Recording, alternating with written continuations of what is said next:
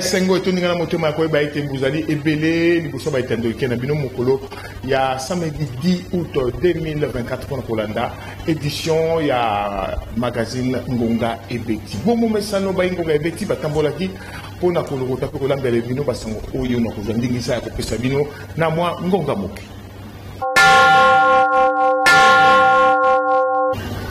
Tata Mokonze Kolo Félix Antoine Tshisekedi Tshilombo akambaki bongo mokolo avant 29 août 2024 réunion il y a conseil des ministres on a cité il y a Union africaine wapi akondana ki makasi maye malekaki tope mobulu oyo et les kaki na palais du peuple on a clôture il y a dépôt à candidature pour l'élection il y a bureau définitif pelissu sous mobulu oyo et Salima Kibongo na balabala Uvira na commune ya Gombe na axe Gelem pe à Sengaki na ministre économie pe ya hydrocarbures bazwa ba mesure pour la bokiti ya carburant. Voilà.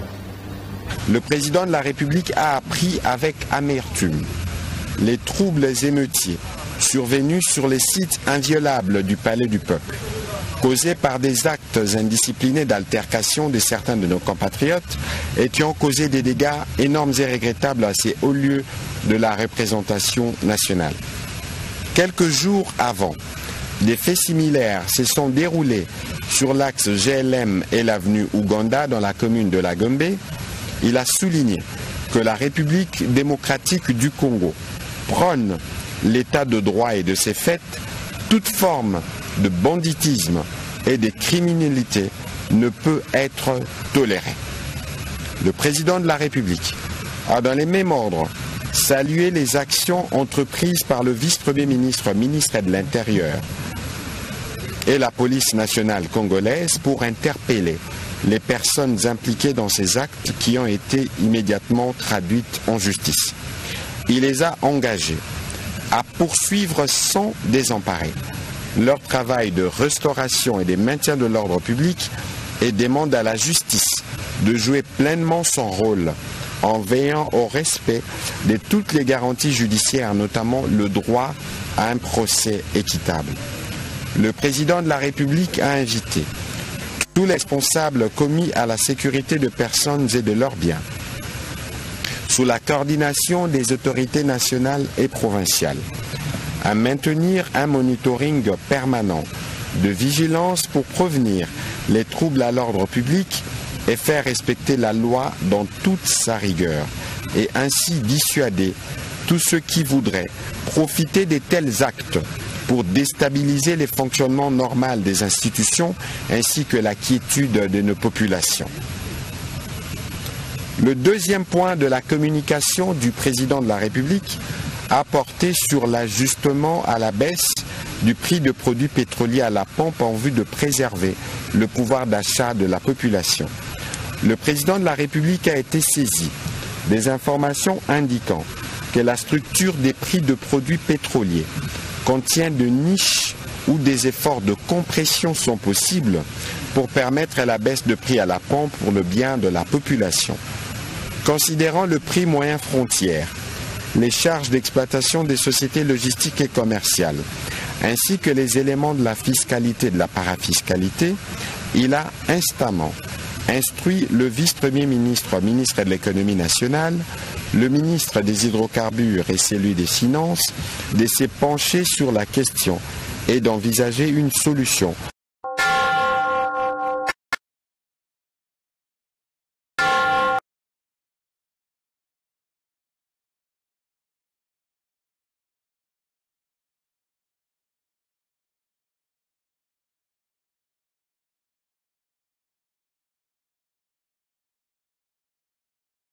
Na chambre basse, il y a parlement, il y a été élection et installation. Il y a bureau définitif, le chambre haute, il y a parlement, il y a élection et installation. Il y a bureau définitif prévu pour la mokolo samedi 10 août 2024 yango et pour sami pour la mokolo lundi 12 août 2024 pour nous na communiqué au ezala ki bongo publié pour na Sénat mokolo ya samedi 10 août 2024 au ezama ki bongo mokolo to na mwana mboka Ivan Kakonde au azali ko na mosala ya rapporteur na kati ya bureau provisoire ya Sénat voilà. Ezalaki prévu pendant mokolo ya samedi 10 août 2024 kasi pona ba raison moko technique et sécuritaire élection par installation ya bureau définitif ya chambre haute ya parlement ezalaki reporté pona date moko ultérieure na kolandaka communiqué ya rapporteur ya bureau provisoire ya Sénat oyo ezalaki bongo publié mokolo ya vendredi 9 août 2024 kasi mokolo ya samedi 10 août 2024, Ivan Kankonde, rapporteur ya bureau d'âge ya Sénat, auti bongo kobimisa communiqué mosusu oyo etalisi calendrier réaménagé. Oyo est fixé élection pour na mokolo ya lundi 12 août 2024. Calendrier oyo ya sika est prévoir pour na mokolo ya samedi 10 août 2024 kolongola pe ko changer ba candidat. Étape oyo et kolanda mabongo na publication la liste définitive ya ba candidat retenu. Selon kaka communiqué ya rapporteur Ivan Kakonde ya samedi 10 août 2024, mokolo ya lundi 12 août 2024, avant ba kende bongo na élection par installation ya ba membre ya bureau définitif ya Sénat, ba sénateur ba koyoka nano ba message ya campagne électorale ya ba candidat nyonso.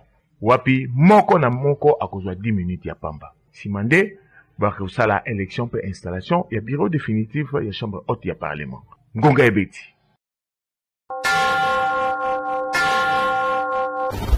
Kolanisa makaka na élection ya bureau définitif na niveau ya Sénat esengel ko ba été présidium ya union sacrée et utibongo kopona ba candidat na ye na ba différents postes ya bureau définitif pour na élection ya bureau yango wapi mwana mboka Sama Lukonde a pona bongo lokola candidat président ya bureau définitif ya Sénat voilà.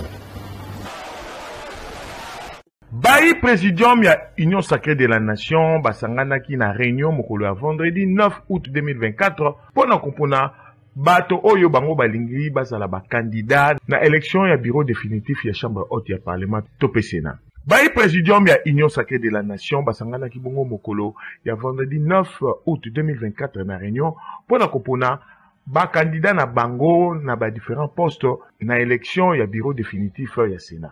Bongo sima ya masolo na bango oyo ezalaki penza na motema moko tike ganya ya Union Sacrée ebimi bui. Na poste ya président mwana mboka Jean-Michel Sama Lukonde. Na poste ya premier vice-président mwana mboka José Kalala. Na poste ya deuxième vice-président mwana mboka Modeste Bahati Lukwebo. Na poste ya rapporteur mwana mboka Jean Bamanisa Saidi. Na poste ya questeur mwana mboka Topin Kabongo. Esengel koyeba ete moko ya ba membre ya Union Sacrée de la Nation tolobi mwana mboka Christophe Lutundula oyo azalaki candidat na poste ya premier vice-président ye a annoncaki bon retrait topé kolongwa na ye na course na moko ya ba radio ya Kinshasa. Bonne chance na bango nyonso. Ngonga ebeti. Nangambo na bango ba sénateur ya espace Grand Équateur bango ba salaki déclaration pour na kotel sa été bazali représenté na choix ya ba candidat ya Union Sacrée bongo bazali ko senga intervention ya yene itata mokonzi pour le Félix Antoine Tshilombo pour ba ko bongo ko se retrouver boyo kaba. Déclaration politique des sénateurs de l'espace Grand Équateur. Nous, sénatrices et sénateurs de l'espace du Grand Équateur réunis ce samedi 10 août 2024 à Kinshasa pour examiner la situation relative au ticket des membres de l'Union Sacrée pour la Nation au bureau définitif du Sénat proposé par le Présidium en date du 9 août 2024. Après analyse approfondie de ces tickets, nous relevons ce qui suit. 1. L'absence d'un poste pour le Grand Équateur en violation de notre règlement intérieur qui recommande la représentativité des provinces. 2. la surreprésentation de certains espaces au détriment d'autres sur la répartition équitable des 6 postes revenant à l'Union sacrée pour la nation aux 6 grands espaces existants, à savoir le Grand Équateur, la Grande Orientale, le Grand Kivu, le Grand Kasaï, le Grand Katanga et l'espace Léopoldville. Fort des suffrages exprimés par le Grand Équateur pour la réélection massive de notre champion, son Excellence, Monsieur le Président de la République, chef de l'État, et de notre poids politique au sein de la Chambre haute, nous sollicitons l'implication personnelle de la très haute hiérarchie pour que le Grand Équateur soit représenté au sein du bureau définitif du Sénat. Fait à Kinshasa le 10 août 2024, liste en annexe. Totiki Bongo, Sénat pour la Kokende Bongo, na hôtel de ville de Kinshasa, Wapi, premier citoyen, il y a capital, mon amboka Daniel Bumba Lubaki, à Québec Bongo, Kokutanana, chef d'état-major général, il y a FADC, général-major Christian Chiwe Shungecha, pour nous solliciter accompagnement, il y a Mapinga, na opération coup de poing, Oyo Azali Bongo, Kana Kusala, pour nous rejoindre Sabongo, Bopeto, Tope Bongengi, la ville province, il y a Kinshasa. Voilà. Si Manaye Kozala investi et le monde du gouvernement na Mobimba, premier citoyen, il y a ville province à Kinshasa. Moi, le gouverneur Daniel Bumba Lubaki, alingi kotia programme d'action na ye na mosala na lombango. Na kotalaka, situation grave pe chaotique oyo a hérité et pas y a ba prédécesseur na ye. Bongo, kolandi sama na opération coup de poing oyo na na kati ya programme d'action na ye, pour la kozongisa Kinshasa, Kitoko pe Engenga, premier citoyen à ville province ya Kinshasa, a kendaki ngongo ko solliciter accompagnement ya armée. Wapi akutanaki na chef d'état-major général, mwana mboka Christian Chiwewe Songesha. Pona misala makasi oyo azali na yango, ya curage ya bakaniveau, nettoyage ya ba déchets et belé, encadrement ya ba jeunes, pe koluka bongo kotia sécurité. Nyonso oyo, po ete génie militaire pe ba service mususu armé et koka bongo accompagner. Boyo ka ndenge ya betsa kingonga. Bon, cette démarche était une séance de travail, premièrement pour que nous fassions de civilité mutuelle et de félicitations avec le général Chiwewe, que je connais depuis bien longtemps, quand j'étais encore au niveau de la présidence. Mais également, c'était pour venir demander l'accompagnement de l'armée dans les opérations que nous allons mener sur la ville de Kinshasa. Vous comprenez que Kinshasa aujourd'hui est dans le chaos. C'est un chaos total, nous vivons une situation effroyable.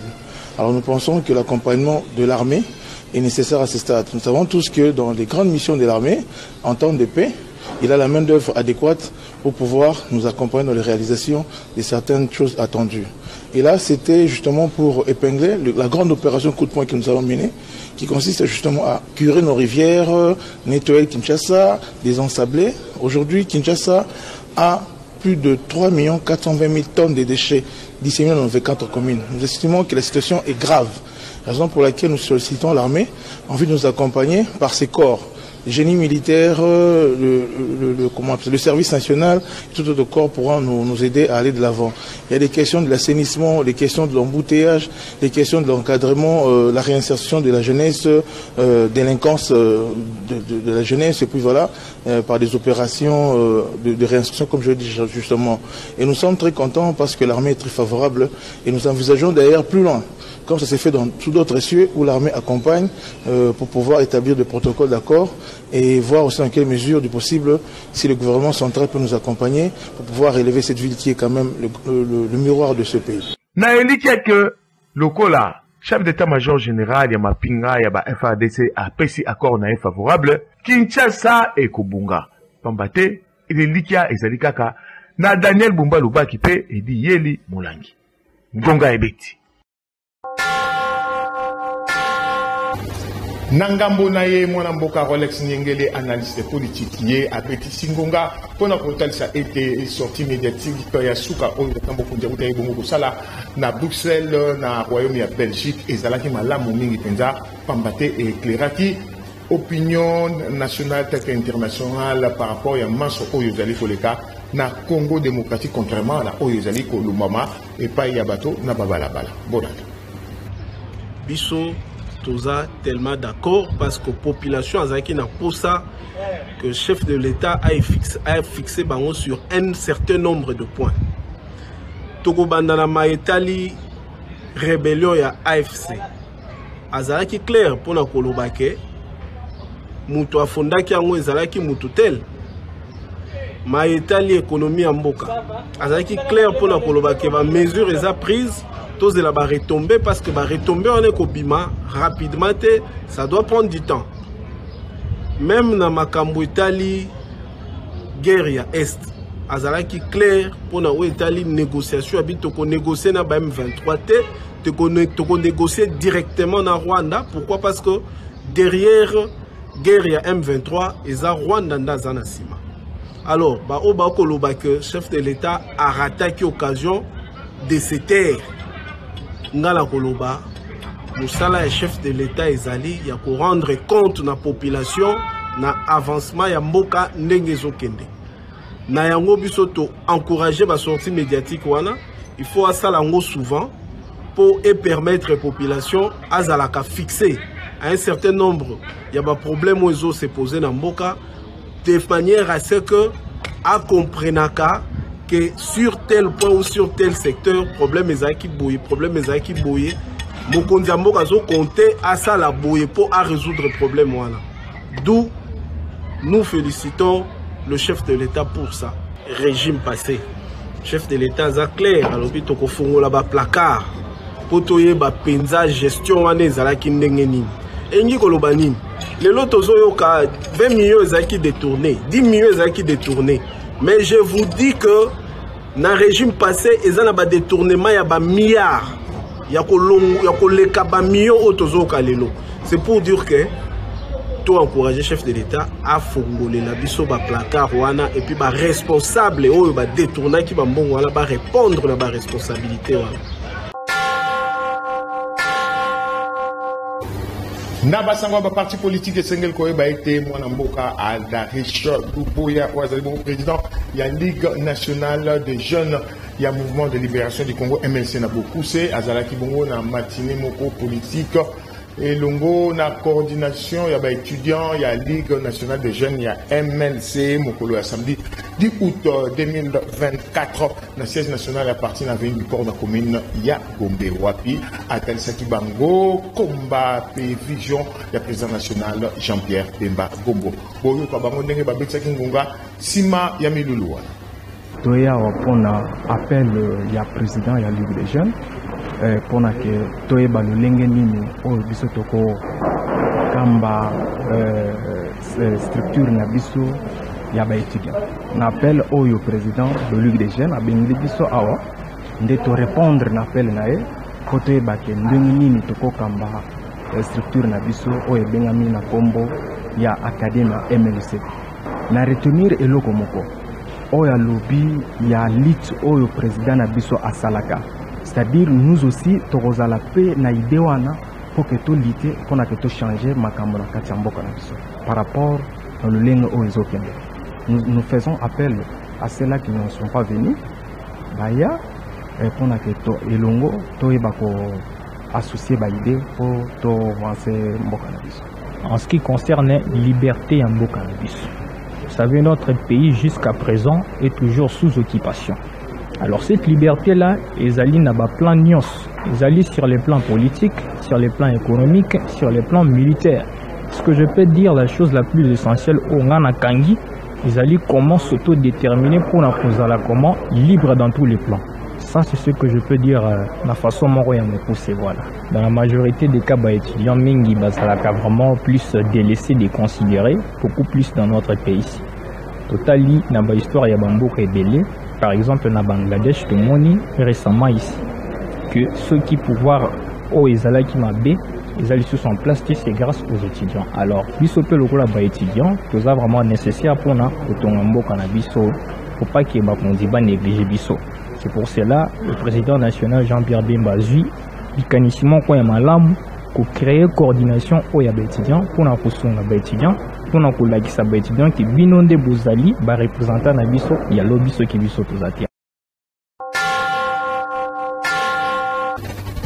Tokei sika awa na Nord Kivu mingi penza na territoire ya Beni pour na kotalisa bino ete bana ya 6e des humanités oyo bauti bongo sala examen d'état édition 2023-2024 bazali satisfait na ba résultat oyo uti kozala bongo publié kona bango basalaki examen na bango malamu kasi bamoni ete ebele kanti na bango basute tina wana bakendaki kosala bongo sitting liboso ya mairie ya Beni boyoka ndenge ba betisi ngonga na nzela ya alo ya Yannick Mulengo boyoka. Bon, biso toza ba élève ya ville ya Beni toye koluka solution par rapport na examen tosalaki examen malamu mais toye komona siko publication ekomi autre chose qui na o examen tobandaki osala yango bosengi nini. Bon, biso tosengi bapesa biso droit na biso tokomi awa toza ebele pe soki tomoni solution te tosala biloko moko l'État ekoma vraiment désolé na ça. Droit na bino ezani. Bon, biso tosengi basala ka correction ya ba item na biso bapinde la biso résultat eza vraiment satisfaisant. Et en fait, nous sommes ici à la mairie de Beni. C'est juste notre constat. Nous avons constaté que les résultats qu'on nous a amenés ont été insatisfaisants. C'est pour cette raison que nous avons voulu à ce qu'on fasse la récorrection de nos résultats afin que nous nous sentions tous capables de réussir ainsi que satisfaisants. Nous étant élèves finalistes, surtout de la ville de Beni, comme maintenant nous sommes à la mairie de la ville de Beni. C'est pas parce que vous n'avez pas bien travaillé. Non, nous avons très bien travaillé. Nous avons nous-mêmes constaté suite à nos écrits que nous avons et à nos questions que nous avons répondu là dans la salle de travaux. Et si on ne recorrige plus? Sinon, nous allons faire des réactions qui sont vraiment inacceptables par le temps. Centre évangélique pentecôtiste Béré Oyo Kambamara na mama pasta Bimonza Chisungu ye alingeli bongo ba journée ya prière topé croisade de prière commanda le 10 kino commanda dimanche 11 kino dimanche 18 août 2024 na mama na likambo celui qui persévère jusqu'à la fin sera sauvé. Bolanda bongo Yannick Mulengo dengabe tingoba. Centre évangélique pentecôtiste Béré Oekambamaka na pasteur Bimoza Chisungu et bongisi bongo convention moko ya munene 2024 na thème celui qui persévérera jusqu'à la fin sera sauvé. Batata ba mama bandeko bilenge o toyokaki te boyoka ngunga yango ebetami na minoko nyonso. Nazo invité bango baya ebele parce qu'on a dit que le Seigneur sera au rendez-vous. Thème na biso de Jésus, celui qui persévérera jusqu'à la fin sera sauvé. Vraiment, maman, papa, elege, yaka na lombangu, oya kuyoka, nini oyo kola bukiseli yo. Mamba oya mebanda. Ya mebanda. Nyepa nge anganda kuleka pongive, kuvingira ve, tanme kuwa deja, bametu bakene banda, pusaraka deja. Bongo pona kopesa bino esengo ya koya na convention 2024 oyo boyoka yemoko pasteur Bimoza Chisungu ndenge abetisi ngunga. Na mbula oyo convention na biso ya 2024 nzambe apesi biso thème celui qui persévérera jusqu'à la fin sera sauvé. Il sera sauvé, il sera délivré, il sera béni, il sera guéri. Nazali kobenga batata, nazali kobenga ba mama, bilenge basi bilenge bibali. Nga alobaka ngo toujours, moi c'est azotea te po azali moi, c'est azotea parce que Nzambe atie pembeni pona ye, po azana eloko nzambe. Mobali pe azotea te parce que aza mobali. Mobali pe azotea parce que abianga epai na Nzambe. Bokozala surpris na oyo Nzambe abombeli bino, bokozala pe dessus te. Parce que à chaque fois, tango totelemaka mpona kotea liloba na Nzambe, Nzambe amimonisaka te. Donc, vous allez José Zita, en tout cas, le bien, en tout cas, maman, je vais vous soutenir, je serai avec vous.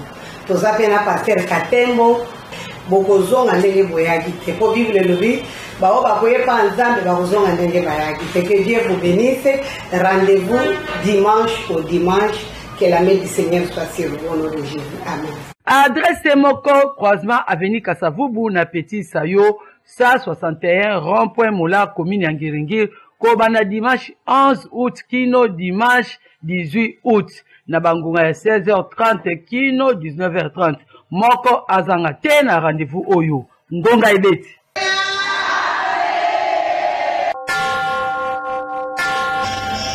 Rentrée scolaire Erosalema Kalate, mwana na yo akutanga wati. Bolanda, contrôle. Très chers parents, pona nini bozali kosua mutu pona koluka cadre oyo elongo bani pona éducation ya bana na bino. Solution yango yo. Collège Tolinga na Lemba, école moderne et sociale ya vocation chrétienne, et fongola qui déjà ba porte na yango pona inscription ya bana. Primaire, secondaire général, paix humanité na ba option lokola, littéraire, biochimie, pédagogie générale, mécanique générale, électricité générale, commercial paix gestion, paix lissousou, coupe et couture. Collège Tolinga na Lemba était à disposition ya bélève d'infrastructures scolaires ya malamu, oyo ezali correspondre na standard international. Balakisi hautement qualifié pe expérimenté. Côté pratique, souci ezalaka soki mokete. Collège Tolinga na Lemba ezali na salle de promotion pour na assurer conférence débat, ba cours en commun pe ba activité culturelle. Pour na mbula oyo, na collège Tolinga na surprise ezali.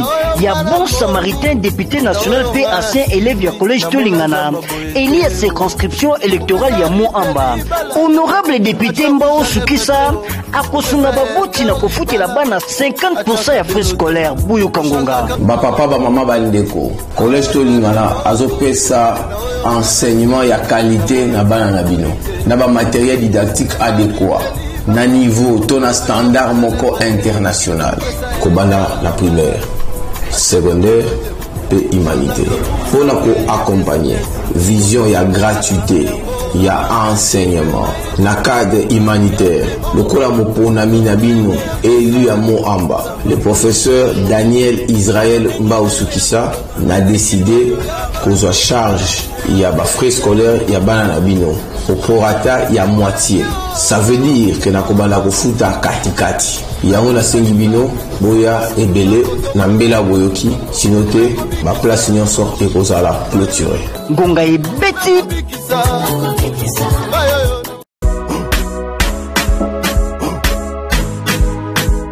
Pour un meilleur encadrement de vos enfants, chers parents, école ezali semoko na commune ya Kasavubu, lycée Déborah.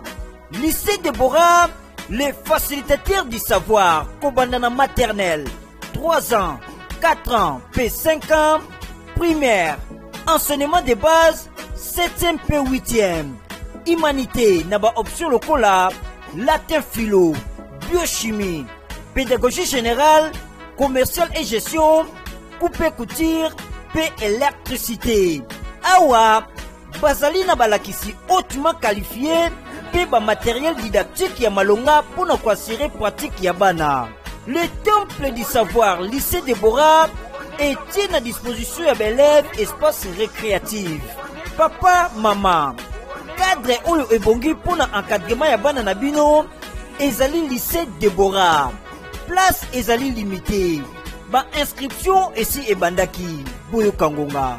Chers parents, venez inscrire vos enfants au lycée Déborah. Lycée Déborah, c'est une qualité pour vos enfants, pour vos filles, des humanités ou des primaires. Venez inscrire vos enfants au lycée Déborah. Lycée Déborah, c'est la qualité. Moi, la 3e maternelle, comment le français parlait bien, Azo comment bien. Déborah, vraiment, ça va être au macaque. Parents, boya et belé, inscription en cours, boya comme ça, bana, lycée Déborah, c'est la classe. En plus, côté, écoute, il y a des frais. Donc, on a goûté le bâté. Boya et belé. Nous vous invitons de venir nombreux inscrire vos enfants ici chez nous au lycée Déborah. Nous sommes trop sûrs de notre formation. Nous sommes sur l'avenue de Fallait numéro 53. En tout cas, les portes sont ouvertes. Venez avec vos enfants. Adresse Ezali Semoko. Avenue Befale numéro 53, quartier Katanga, na commune ya Kasavubu. Référence Avenue Gambela Katanga, non loin ya marché Gambela. Ngonga et Betty. Awande na zundingisa ko sa édition ya Ngonga et Betty ya samedi 10 août 2024. Félicitations na caméraman ya Ngonga et Betty Judex Makengo oyo asalaki bongo mariage religieux na ye mokolo ya samedi 10 août 2024 pe soirée dansante ezali na pokwa ya samedi oyo. Félicitations pe lisusu na Dosta Lutula oyo pe amitié singana kingo pour Rwanda libela kinoliwa na molonga ni na ye. Merci l'équipe technique nyoso oyo sunga ngai na pokwa lelo na mona kibongo kupabola na réalisation montage Simba Mati na Teddy Arwana pe régie finale assuré Nandoi Joël Pembele de ukutani na mifika na mboma mokolo ya lundi 12 août 2024 Boboto Omaboto.